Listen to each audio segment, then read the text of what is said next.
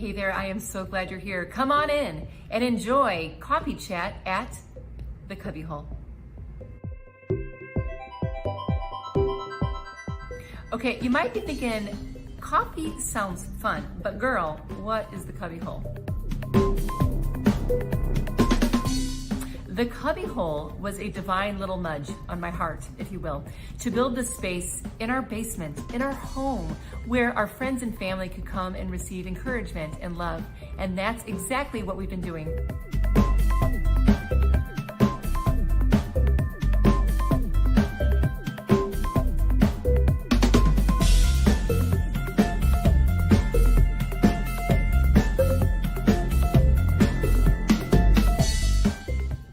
I've always known that the Cubbyhole would have a ripple effect out into the world, that it could bring encouragement and hope, not just to people that could visit here in person. That is exactly why I do Coffee Chats. I get to take some of the coolest people that are just like you and just like me, who have skill and talent, but most importantly, they have a vulnerable, relatable story that we can all glean some hope and encouragement from. So grab a coffee, cozy up, and enjoy Coffee Chats at the Cubbyhole.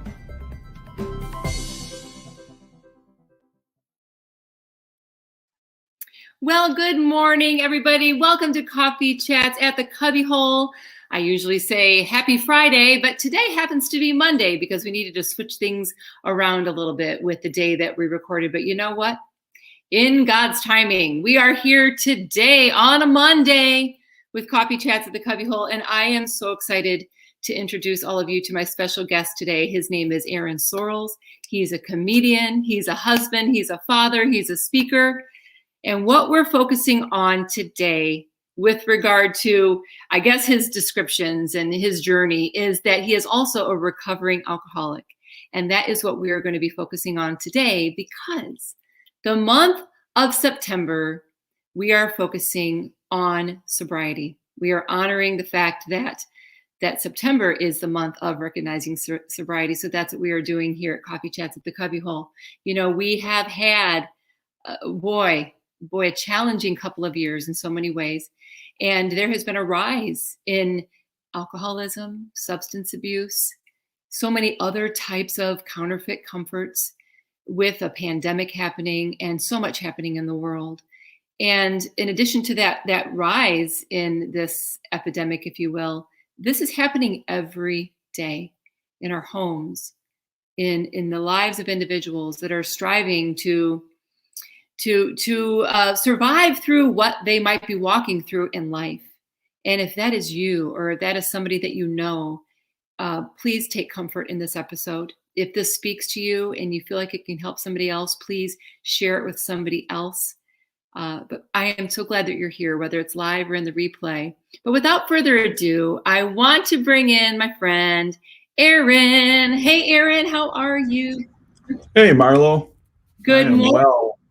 I am so glad to have you here today. So thanks for being here. You know, you're here in Michigan. I wanted to have you here live, but it's just a busy time. So the next time you're on, I want to have you right here in the Cubbyhole with me, because that would be so much fun to be sitting side by side doing the show together. Sounds good. It's convenient to do this virtually, but it's always good to connect live with people as well. Mm-hmm. It's awesome. Well, you have actually been here live. You were here it was our first Cubbyhole, wasn't it? It was the big debut live event. Yeah. It was an exciting time. I saw, like, months before I came down, I saw you posting stuff online, and we had never met. You just were sharing through the CCA Facebook some of the work that you were doing to create the Cubbyhole, and it was very intriguing. And we connected, and then you invited me down, and that was a wonderful time to come in. And yeah, first time I've done comedy in someone's basement. So. I know that's what people say. They say that a lot. Here is actually a picture of all of us. Oh yes, that was so fun, so fun. Dan Culp, Brian Atkinson, my hubby is over there. It was just a great time to share with you and to have you here. It actually, no, it wasn't the first. It was not the first, but I think it was maybe the second, but it was right around there. And either way, we were so excited to have you. And look what I have here. This is This is Aaron's signed Hey. headshot that we have. We have a whole wall over there of all the comedians, and when they come here to perform live, they sign it for us. So it My hair was a little shorter. I might have even been a couple pounds lighter in that. Oh, you look great. Either way, you look wonderful. So, okay, we have so much to get to. I'm delighted to have you on the show, first of all, and to have you on in the month of September, where we are honoring and recognizing sobriety. I thought of you and I reached out and I said, Aaron, would you join me? And you so graciously said yes. Boy, there's so much to get to, your comedy and everything that you're doing. But can we just start by the best way to do it here at Coffee Chats is to just dive in to your story. You and I were just praying, and I was just saying, thanking God for your story and the stories that we have, that we can then send them out into the world and bring inspiration and hope. So where do you want to begin? You begin wherever you want to. Well, you mentioned that this is Recovery Month. This is a month that we've got a special focus on recovery, and that's of course near and dear to my heart. As you know, I'm branded as the unemployed alcoholic out there, whether it's through public speaking stuff or comedy. That's kind of what I've leaned into because, of course, recovery is a huge part of my story. That came from a time when, I was battling alcoholism. I was beginning down the road to recovery. And I was also kind of facing some rejection from the job market and going through a season of unemployment. And it was kind of a downtime. But in the midst of that time, and this will resonate with you, Marlo, in the midst of that time, I found the power of laughter. My wife and I were walking around downtown Grand Rapids, and in the midst of me being unemployed, me being battling alcoholism and going through the recovery process, we were just laughing together, and it just warmed my soul. It was just so beautiful and wonderful to have that laughter. And I thought, maybe this is what I need to be doing. Maybe this is the next chapter. Maybe I need to help other people laugh. And so that's what I started doing. I went home right away and jumped online and found that Laugh Fest was coming up, and I got an opportunity to perform with them. It was the last day to apply for a spot. I applied and got the spot, got a premium comedy spot. It was Dr. Grin's, which is a wonderful, wonderful comedy club on a Friday night, prime time. And that's where I made my debut performance. And from that, the theme of being an unemployed alcoholic living in Beer City, that was kind of a lot of the material. And so that just this vision of being branded as the unemployed alcoholic, but looking at the bright side and the laughter through that, it kind of morphed into this big mission and calling. I love here. I have your logo. There it is. The unemployedalcoholic.com, which, by the way, if anybody wants to reach out to Aaron, I suppose that would be the way to do it. It would. And actually that logo is special. There's a lot of meaning behind that. And if you pull it back up, that logo, when you look at it, that's a smiley face, and it's got a blindfold that says unemployed alcoholic. And that reminds me to keep smiling and keep finding the laughter and never let my circumstances blind me from the joy and laughter that's all around.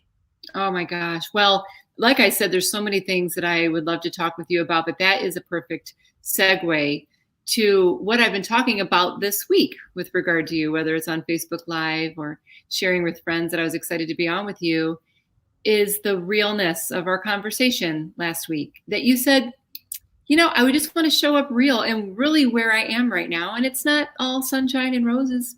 And I think that is so incredible because, first of all, I'm sorry if you are struggling or whatever it is that you're struggling through. I love that you're willing to be vulnerable and relatable and share that. Yeah, and I appreciate the opportunity to be real with you and with whoever may be watching or listening, because it's oftentimes I've felt the desire to tie this pretty little bow around my story and have it be all bad and then some transition point and then all good. Right. And that's just not reality in my experience. It's the fact is there's ebbs and flows, there's good times, there's bad times. And while I've had some incredibly powerful transformational points in my life and story, it's not I haven't found one thing that is a end all be all fix all.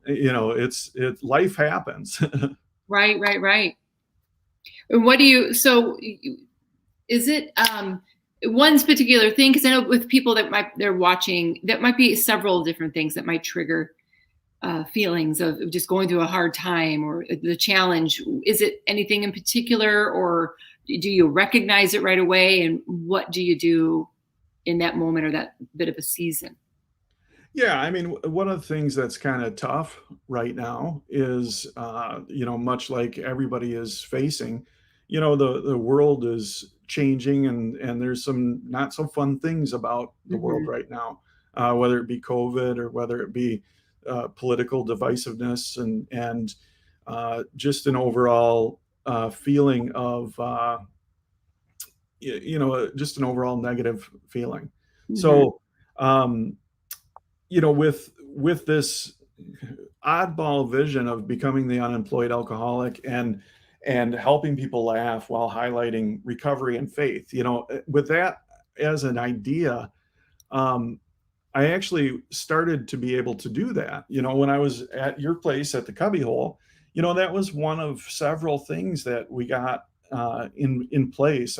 With my good friend Brian Atkinson, we started a company called Clean Comedy Time, and we were actually making the transition from doing comedy as a hobby to doing comedy as a living, and that's a difficult journey to go through, and it's an incredibly exciting one to see starting to take shape. And then COVID hit, right, and everything stopped. Yeah. And the things that we had worked so hard to get in place went away, and then it turned a corner, and things were looking very good, in the spring here, and we started rebooking, and we got many, like we almost instantly got back to higher than the level that we were when things closed down. Yeah. And then things turned again, and from my perspective, the risk of bringing people together in person to laugh far outweighed the benefits of doing so, and so we made the decision to stop again. And so now it's like, man, is it ever going to go back? Is it, what is this going to look like tomorrow? As I shared with you when we talked, it's a little bit tough for me to not have a vision of what tomorrow is going to look like. That vulnerability of just the ebbing and flowing and the changing, and it can cause a tension, right? Absolutely, yeah, and a tension, a tightness in the chest to think, man, where am I going? What am I doing? Am I giving back? Am I helping people? Am I contributing? It's and you could make the argument that the answer to that is no, not right now. There's a lot of things that I'm not doing, and that's just kind of hard.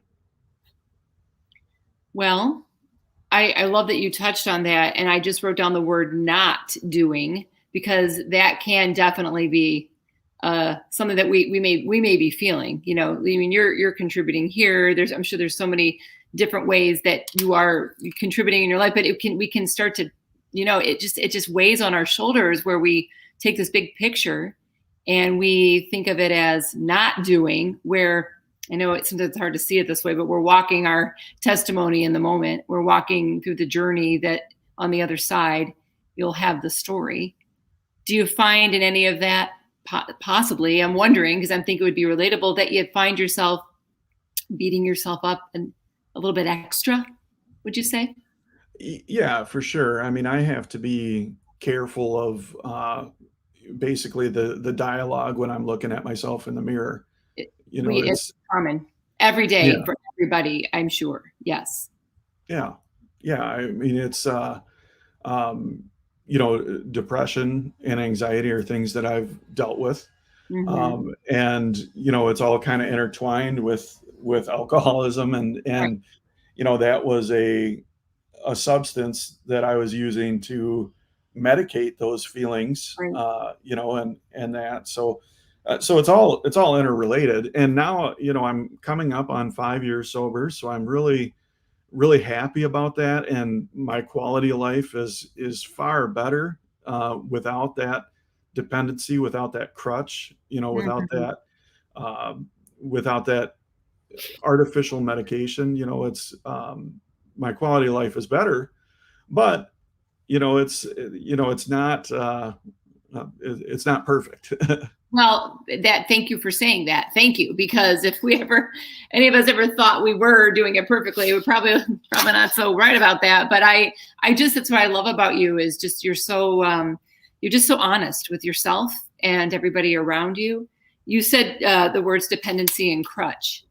What would you say to folks that are watching that are not in recovery yet, or maybe they're in recovery and they're feeling like they might backslide? What would you say? You were talking about dependency and crutches and finding another way, other things to depend on, and another type of a crutch to lean on, if you will, for lack of a better term.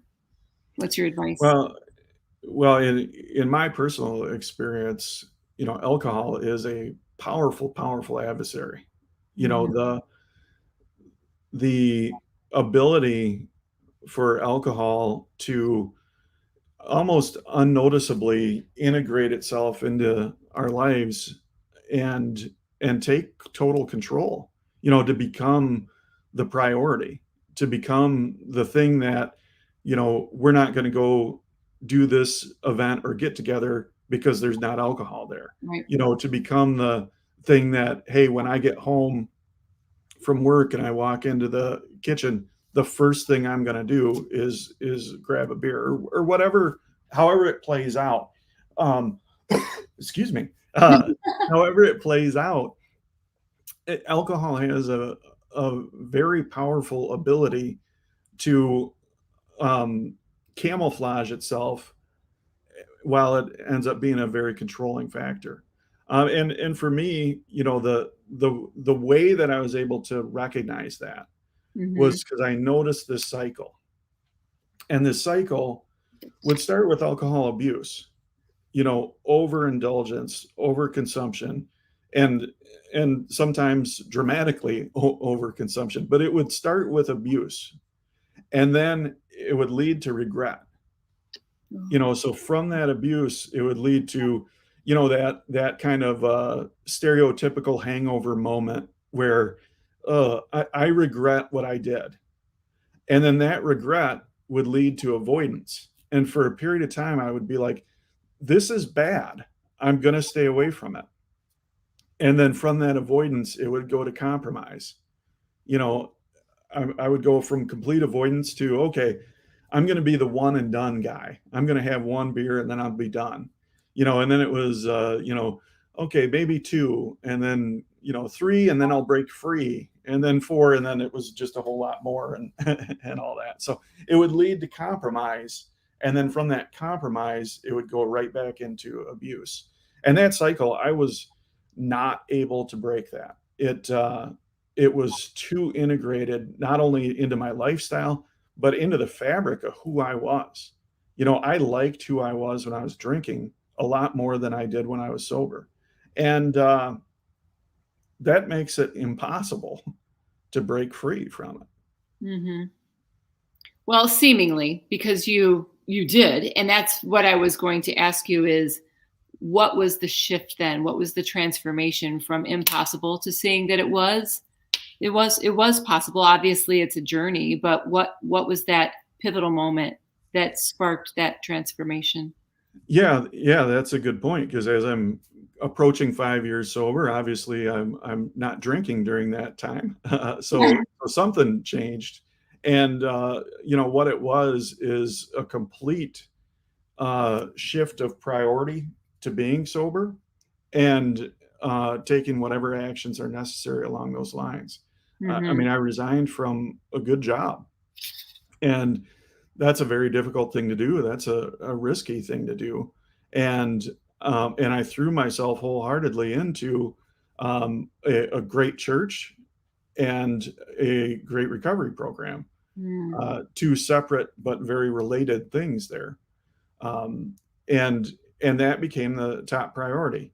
There's a million reasons to not go to that meeting. There's a million reasons to decide to prioritize something else over top of it. But for a period of time, I didn't prioritize anything over that. So. Mhm. I love that you landed on the word impossible. I love Mhm. that because as you were saying that, I was almost imagining that it was we all walk around with so many versions of us and this advisory board in our head, and it was almost like you were in that story, you were in that place, you were referring to that story in that place in your life, and that is exactly representative of what so many people are feeling. Like, I cannot do this. I can't do this alone. I don't know where to begin. So I love that we just went on that path there of talking about that, because so many people then we're going to get into a theory that you love to present, but one of part of that theory is that it leads to fear of your future. And we're going to talk about that in a minute. And would you mind, what would you say? You and I didn't talk about this, so I'm just kind of throwing this at you, but I'm a huge advocate of the word story, the concept of our story, the story of the life that we've led so far. What part of your story, how did your story or versions of your story play into the fact that you ended up leaning on alcohol? Was there, I know we're going to talk about shame and fear and guilt and things like that, but is there anything that comes to mind? And I am totally putting you on the spot in this. Sometimes we get caught in maybe a spirit of rejection or not enoughness. I don't know. I don't know the answer to this. I'm completely throwing you in the fire here, but would you like to answer that? Oh yeah, I honestly I think that's where the best answers come from, is questions that we're not really Mhm. prepared for or Right. whatnot. So yeah, I'm happy to talk about that. And really, I mean, it started from a very early age. You know, Hmm. when I was young, a good friend, he had an aunt and uncle that would allow us to come over and hang out at their house and drink. You know, and that kind of cemented this vision of drinking as being cool, and you know, my young body, you know, to have alcohol introduced into my system, you know, I'm sure that set some things in motion there. And as time went on, you know, getting into middle school and then high school and college and professionally, at each phase in that life, uh, alcohol, and not just alcohol, but alcohol abuse, was very much a part of my personality. It was a part of my being. It was how people would identify me, you know, and that, you know, that just paved the way for dependency and continued abuse. Hmm.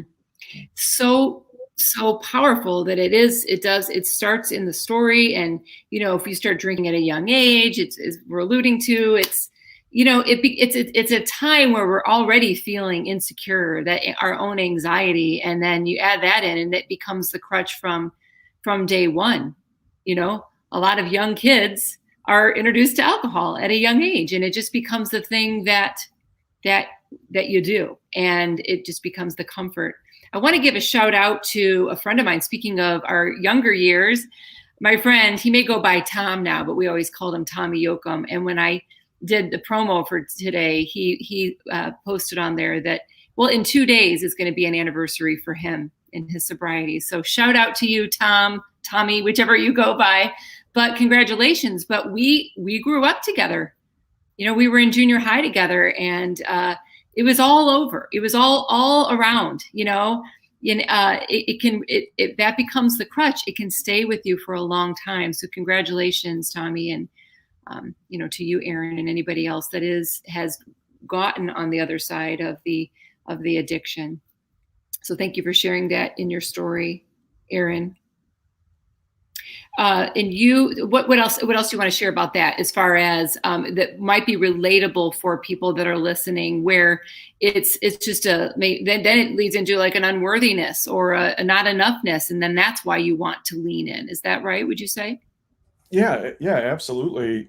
Again, that spiral, or that cycle that I talked about, Mm-hmm. that regret, it's fuel for a negative self-esteem, Right. and it's very difficult. It was very difficult for me to see myself as anything different than that, Mm-hmm. because of that shame, that uh, Right.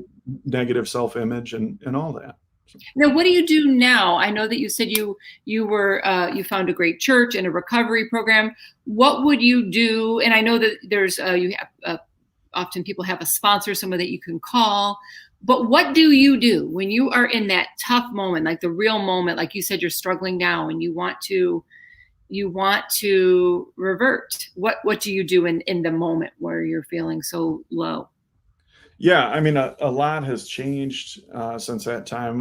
One of the big things that changed is, about a year into sobriety, Mm-hmm. I went to see a psychiatrist, Mm-hmm. and we sat down and started talking, and I was doing a pretty good job of managing that conversation. It was going about the way that I wanted to direct it. Right. And then he asked me a question that just kind of broke me down. And he said, you know, if you were to step out in front of a bus and die tomorrow, what's the first thing that you think of when you picture that? And I clammed up, and tears started flowing. And after about 5 minutes, which felt like a lot longer than that, I said, good. Good is the first thing that comes to mind. And I was diagnosed with passive suicidal ideation. Mm-hmm. I was not going to off myself, or do something like that. But boy, if it happened, it would have just been a relief to me. And that's not a healthy place to be. And through therapy and medication, ultimately I was diagnosed with depression and anxiety, and we worked through some of that stuff. And Mm-hmm. alcohol was both a result of those feelings. Alcohol abuse was both a result of those feelings, and in a lot of ways, it took the blame for those feelings. Mm-hmm. So it was. I love Uh, that you said that earlier this week. I actually wrote that down. It was something, yeah, alcohol would take the blame for your yeah, anxiety and depression. it would. If I was feeling anxious, the response was I'd have to go out and drink. But in that, of course, the feeling is, well, I'm feeling anxious because I want to go out and drink, or vice versa, and it's it's it was very, very difficult. When I say impossible, I think that's the right word. It was impossible to You're get right. down to the root of those things when I'm distracted by this cycle of alcohol abuse. Mm-hmm. So that was very important. And the things that you touched upon, a support group, people that you can reach out to and talk to, those are all very, very important. And yeah, that's a big deal for me to be able to be transparent and open and honest with people. So Mm. Something that you said is that it when we were talking, you were just talking about the root cause of pain, but were you saying then earlier this week that you can't address the issue yet until you get to the root cause of the pain? That's where it stems. And when you're trying to do your best to be in recovery and you're not tapping into the root causes, it makes it even more challenging. And that's absolutely, what yeah. you're saying, right? Do both, but get in there and don't be resistant to working with somebody or figuring out where did this come from, because our stories are how we're showing up in the world, and at any given time it's rooted somewhere always. Mhm. Hmm. Yeah, you're absolutely right there in that, I was using alcohol to numb some pain, Hmm. to medicate. And you can't even identify the root cause of that pain if you're just constantly medicating it. Right. So Oh, yeah, that was very crucial in my journey to be mhm. able to discover and address some root causes of pain, Right. uh, by getting rid of the crutch, getting rid of the medication that I was doing to gloss over that stuff. Right. Right. For sure. Well, you have a contentment theory that I would love to have you share. But before I have you talk about it, I happen to have it with me. So let's take a look at this, and then you and I will chat on the other side of it. All right. So, over this period of quarantine, I've been thinking a lot about contentment, and I have a theory. I think that contentment drives prosperity. I think contentment drives selflessness, gratitude, and serenity. And these things drive other positive things. Like selflessness drives awareness, gratitude drives patience, serenity drives courage. And these things drive prosperity. I think it is important to recognize, though, that contentment does not equal stagnation, complacency, or exemption. I think hard work, discipline, and opportunity also drive prosperity. However, prosperity does not drive contentment. The flip side of contentment theory is that discontentment drives disaster. I think that discontentment drives addiction, anger, anxiety, depression, and a whole host of other things. And these things drive disaster. It's been my experience that the root factors involved in all of those things is either shame of our past, fear of our future, or pride about our present, and all of these things drive discontentment. Fortunately, all three of these things can be replaced. Shame of our past can be replaced by forgiveness. Fear of our future can be replaced with faith. And pride about our present can be replaced with humility. And all of these replacements drive contentment.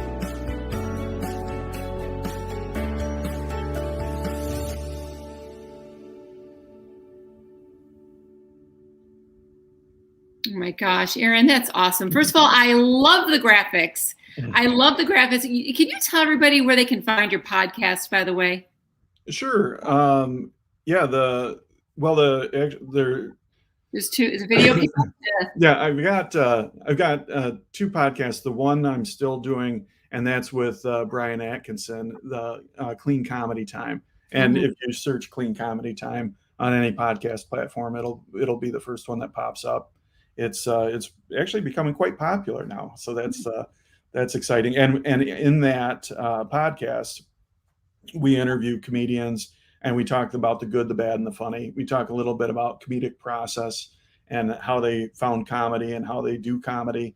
And then we get into one thing that might be going well in their lives and one thing that they might be struggling with. Mhm. And those conversations get pretty deep. Actually, today we just released another episode, so there's a good fresh episode out there. Gosh, another great resource to tap into. So thank you for the work you're doing. And I want to go back to 2 points. One is earlier when you used the word not. I know you were referencing maybe what you're not doing or what we're not doing when we're in a season of, I don't know, a season of, of wondering what the next step is, which made me hone into the part of this equation of the contentment theory, which is you said contentment does not equal stagnation, complacency, and exemption, but stagnation, complacency, and exemption, like we were just talking about, can be perceived.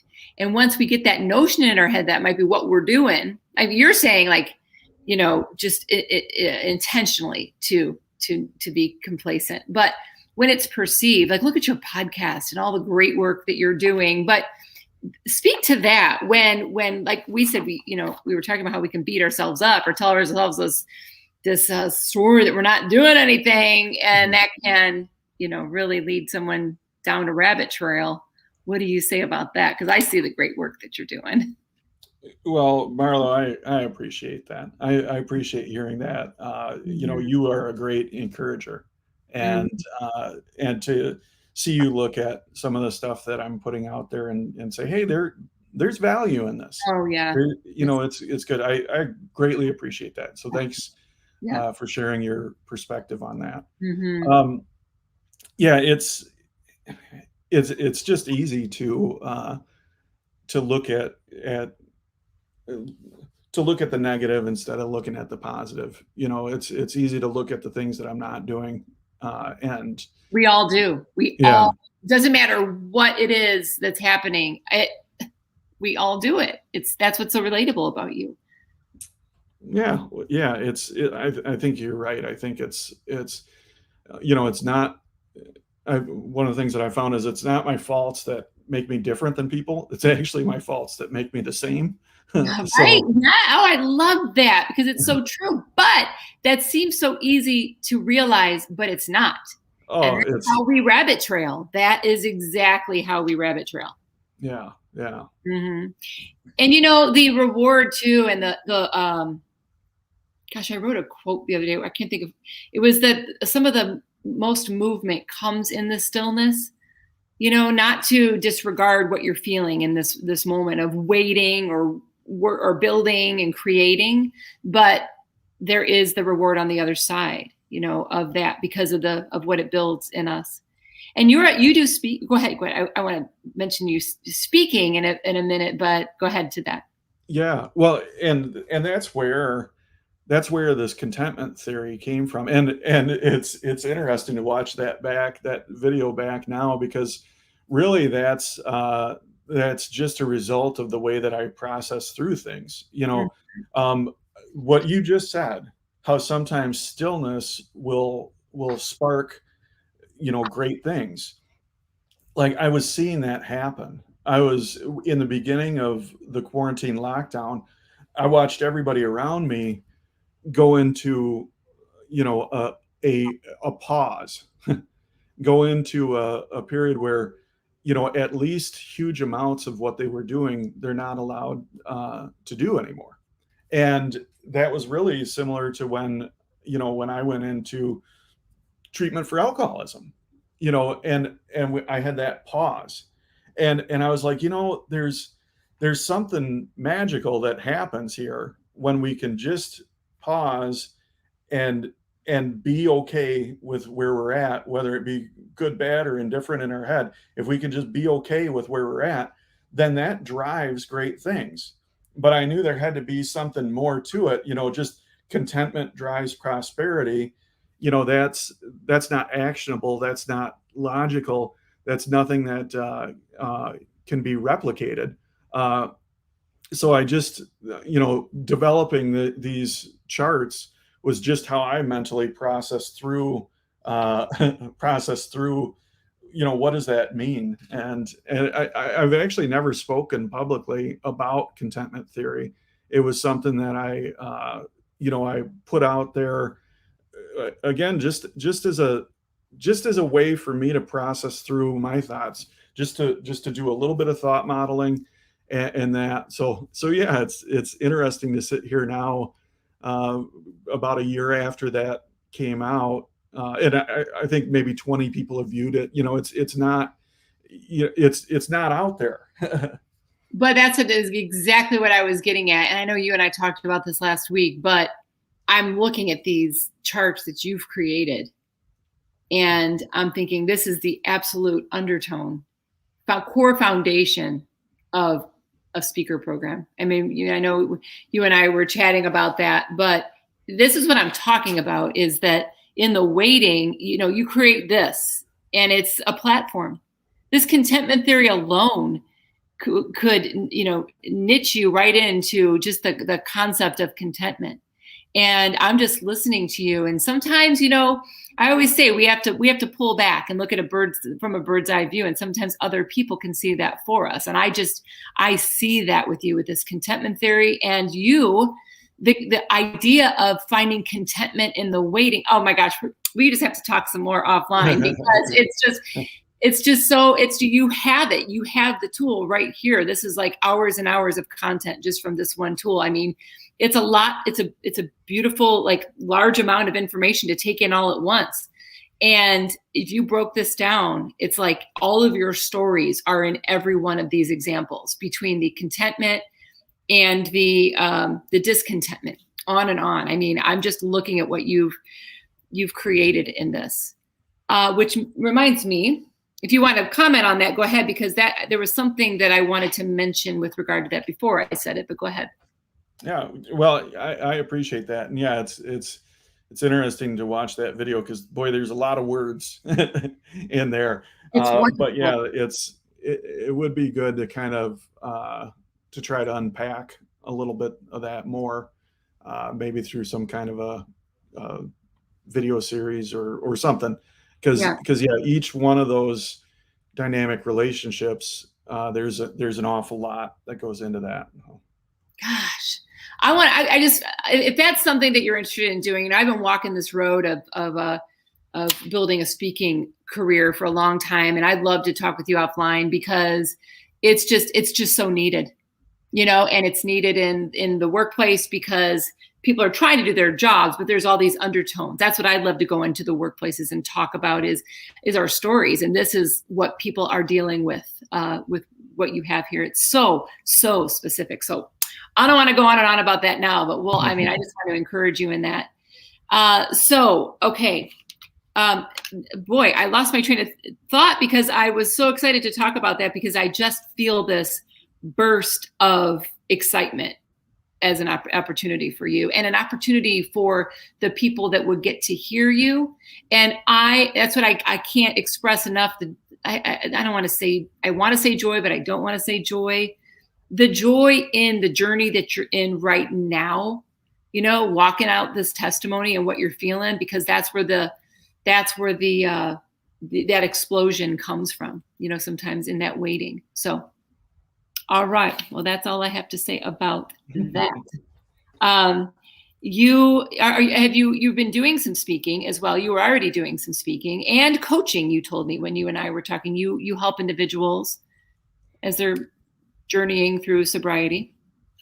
Yeah. I've had the opportunity to share my story a couple times, especially with men's groups, and it's kind of a nice way to integrate a little bit of humor in that too. Humor is great, and laughter kind of gives us the permission to go places that we can't without. So that's been a very fun component. If I do comedy, it's comedy, but it's based on, some of the life lessons that I've learned. When I get to speak, it's like the life lessons with a side order of comedy, Yes. So that's been exciting to do in the opportunities I've had to do that. And then as far as, more individual stuff, I've got relationships with people, and from time to time, I'll have the chance to have conversations with people who may be, 2 days sober, or maybe a week sober, or maybe just thinking about getting sober. And those conversations are just they're so beautiful. They're so valuable, because there's something incredibly special about being at that point. A friend of mine, Luke Morgan, he's now a pastor in Traverse City, but early on in my recovery, I was talking with him, and after our conversation, he said, Aaron, I pray you never lose your brokenness.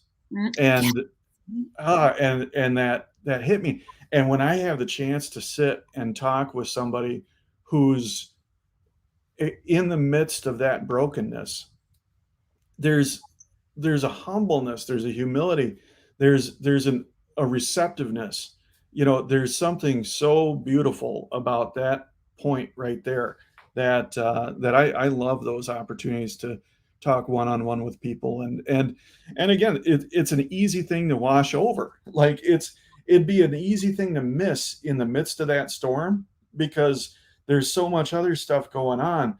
But the beauty of that, that brokenness and that ability to fall at the foot of the cross, and it's something to be just grabbed a hold of and cherished in a way. Yes. Well, oh my gosh, my heart just it sunk in a beautiful way when you said that about what that man said to you, because I yes, absolutely.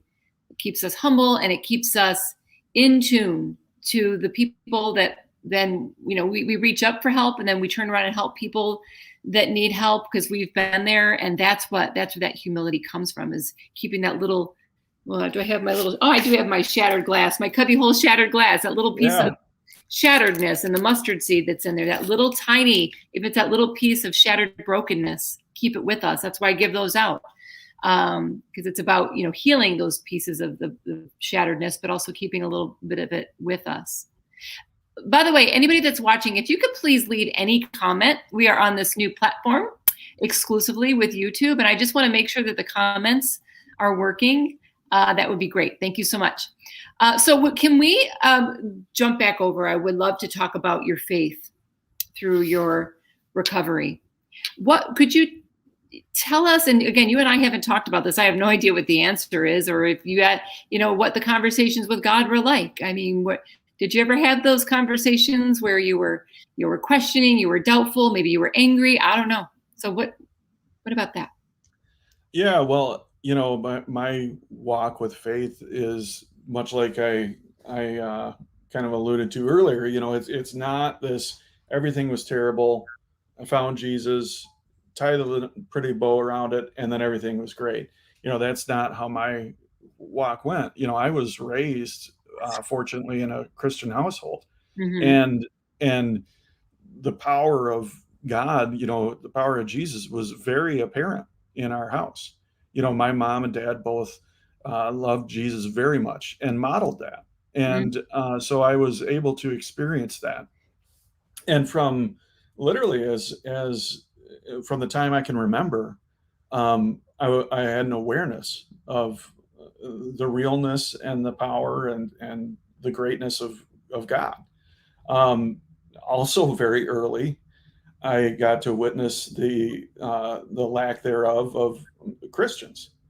There were incidents where I guess the best way that I've said it in the past is that I've always loved God. I've always loved Jesus, but I haven't always liked Christians very much. And that's just the fact. We as Christians don't always act in the best way, and so that has hindered my walk. But there's been several kind of lightning rod moments where I've felt like I've pushed the church away, but then felt drawn back by Christ. And one of those came when I lived in Big Rapids, and my wife and I and our young family were church shopping. And as we're church shopping, I had this mental checklist of, okay, the music is this is good, and I knew exactly what I wanted to experience. And every church we went to was falling flat. And then, I had a come to Jesus moment where I fell flat on my face in the middle of a field praying on a Saturday night. And I said, God, let me put my checklist away and just come in and not evaluate, but just try to experience you. And that change in mindset was incredible, and that led to a 10-year period of me being plugged in with a good church, and really having a servant's heart, and realizing some things about serving that were very important. I think I know what you're going to say, but yeah, why do you do that? So we're okay. Well, and so I'll talk about that, because I think that's what might have been sparked something there, to recognize some things about serving. when I came in to experience Christ, I did. And I had an overwhelming desire to serve. And I met with the pastor the next week and I said, put me to work. Let me come in and clean toilets, whatever it is. I just want to come in and serve. And he said, hey, do you play bass guitar? And I actually did play bass guitar. And I said, yeah, but that's not what I'm talking about. I'm not talking about being up on stage jamming out. I want to serve.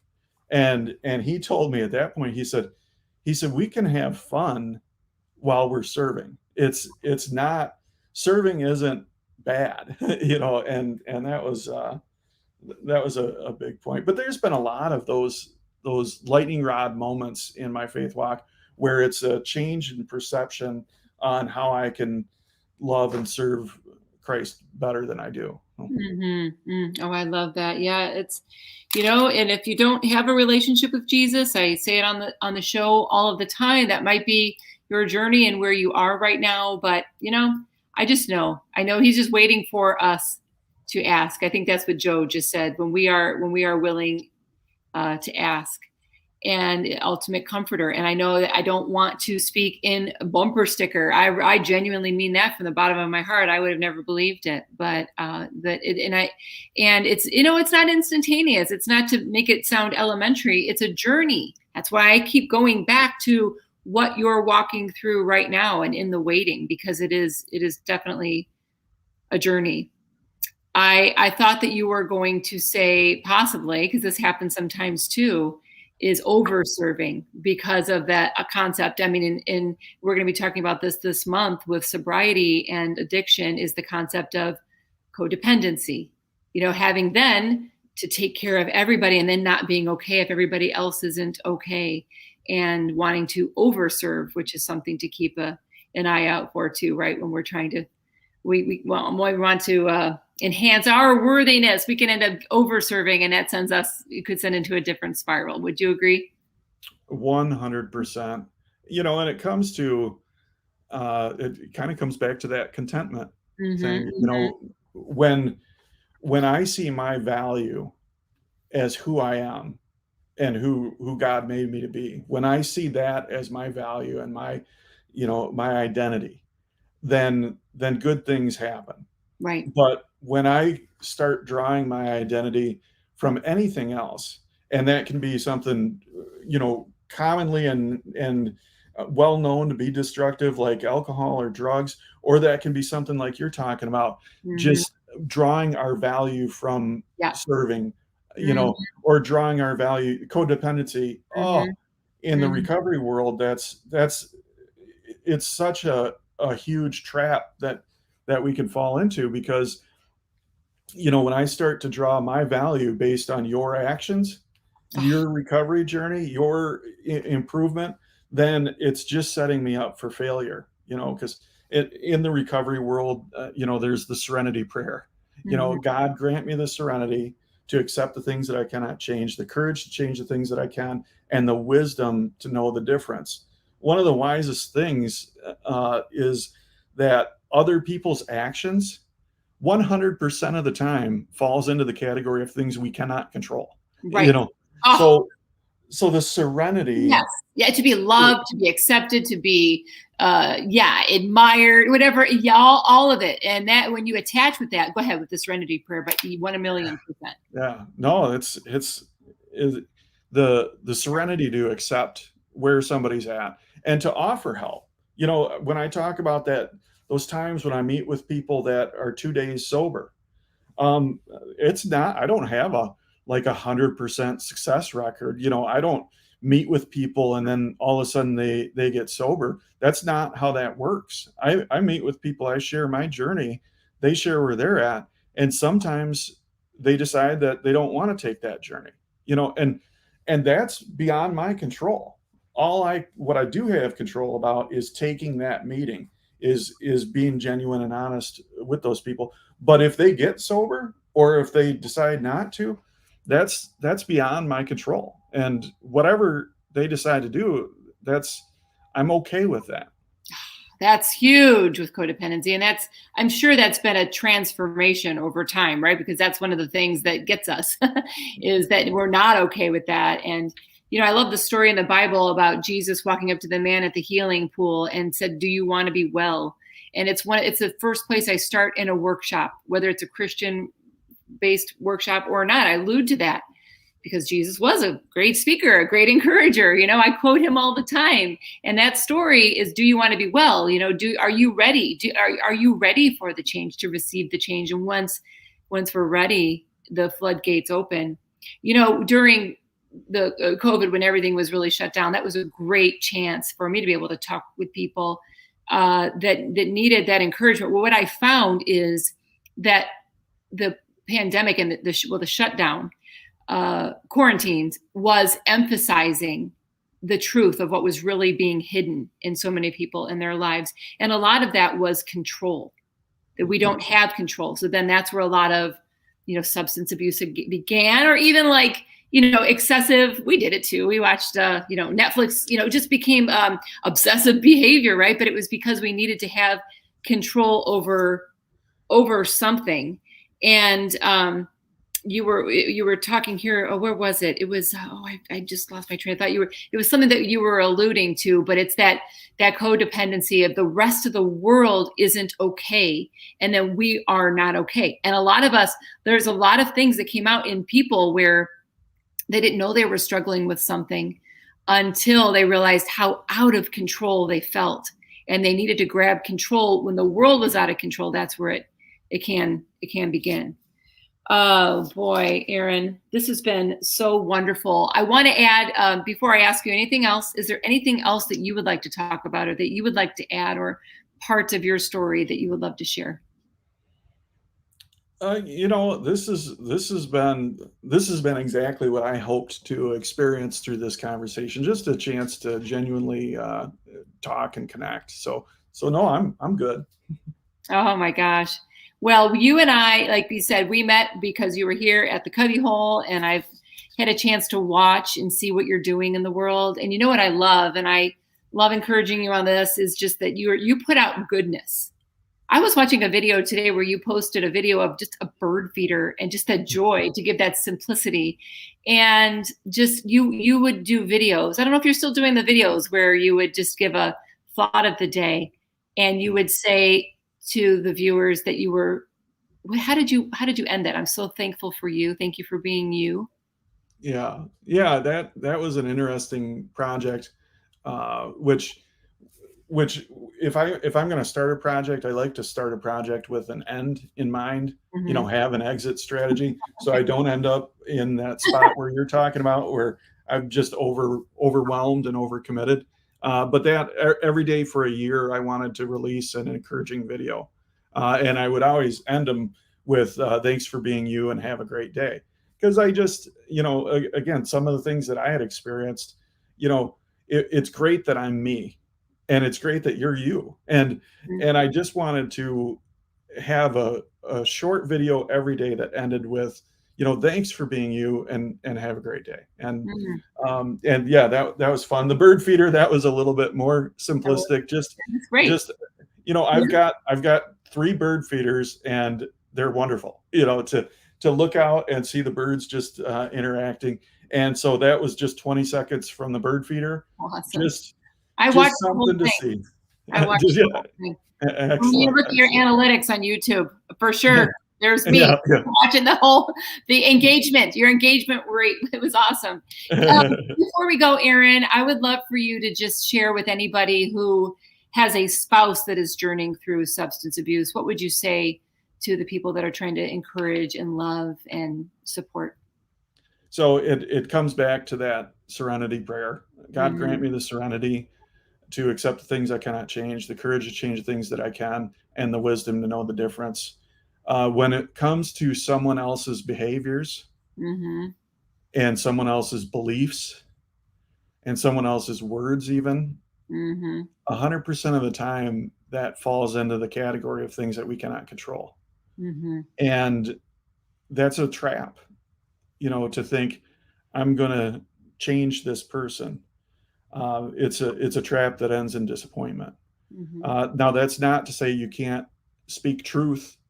That's not to say you can't set up boundaries, and do that. But, the desired goal of that can't be to make them change. That's right where codependency comes in again. Yeah. Oh, darn. If I should have brought this down, I should have known we would get into the concept of codependency. But as always, I always recommend Stephanie Tucker's book, the Christian Codependency Workbook. If you go on Amazon, you can find it, Stephanie Tucker. If you are somebody that is supporting a spouse, a loved one through substance abuse, or if you yourself are walking that journey, I recommend that book all the time. There's no sense in me trying to specialize in codependency because Stephanie Tucker, and so there's other people that do a great job with specializing in that as well. But I refer to it all the time because it's a big hub of what I do in trying to support other people and for myself. David and I watched a lot of her YouTube videos together. It's just great for marriage in general. So I highly, highly recommend that. Oh my goodness. The time has flown by. Where has the time gone? I don't even know. I'm dying to ask you, is that Mr. Potato Head?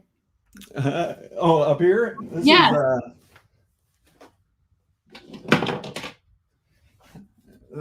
My sister Becky is an artist. Oh, I thought maybe it wasn't, but it looked, that's awesome. She made that out of clay? She did. And this guy doesn't have a lot going for him, but he's got this grin. And when I look over and see him, I'm like, man, if he can be this happy to greet the world, I can too. Hold that up again. First of all, the eyes are so detailed, and just the look on his face. Yes, smiling, but it's just depicting, what we might be feeling some days. Like, I'm going to keep that visual in my head. Oh my gosh, that is awesome. And his arms are outstretched. I didn't even realize that. I honestly thought it was Mr. Potato Head, but look how his arms are outstretched. If that is not a segue to Jesus, I don't even know, Aaron. I don't even know. But I love that too. I mean, just now looking at it, what comes to mind is just, stretching your own arms out, asking for help, and people like you that are there to give that to people. And then, of course, faith, that is what Jesus is for us. Our arms wide open when we are ready to receive it. Oh my gosh. Okay. So tell one more time where everybody can find you. Best place to find me is always my website, which is in fact theunemployedalcoholic.com. Oh, okay. That's awesome. Awesome. Well, find Aaron if you need someone to talk with you about what Aaron has already walked through. He has been there. I thank you, my friend. Thank you so much for being here, for your being willing to be vulnerable and so relatable, and to share, the goodness and the hope, but also the stickiness of the realness of what you're walking sometimes, just like all of us. Thank you, Marlo. It's been great to chat. Oh, hang on. I want to talk to you in just 1 second. Okay. Thank you, Aaron. Okay. I am so thankful for Aaron being here. How real. And I'm so thankful for him being willing to share his story. So I am sending you so much love, whether you're walking through something or you're not, that we're either coming out of a storm, we're in a storm, we're getting ready to go into a storm. I just offer you so much encouragement that there are answers out there. There is hope. And if you are struggling with substance abuse, regardless of what it is, reach out for help. Determine, are you in a place where you're ready for that change? And you'll know. And maybe you have loved ones around you that are letting you know, maybe it is time, but there are people and resources that you can reach out to. But this show has a foundation of faith. And if you have never known Jesus, you don't trust that, because like I said earlier in the episode, we are rooted in our stories. And if there is something in your story that makes you say, no, I am not trusting in that, I don't believe in that, just, possibly consider giving it a chance, because there are so many things that can happen in our story that maybe it was somebody, a well-intended person in our life, or a situation with regard to faith that just gave you a bad sense of what it's all about. I promise you, I've been there. I understand. And once I gave Jesus a chance in my life, it was a a game changer. And that does not mean that everything is sunshine and roses every day, but I know where I can go to absolutely have a valuable resource that I can trust to lean in and lean on. Okay, sending you all love. We will be back this month with 2 more episodes focusing on sobriety. So until, this Friday, we'll see you this Friday. But until then, sending you all so much love. Bye, everybody.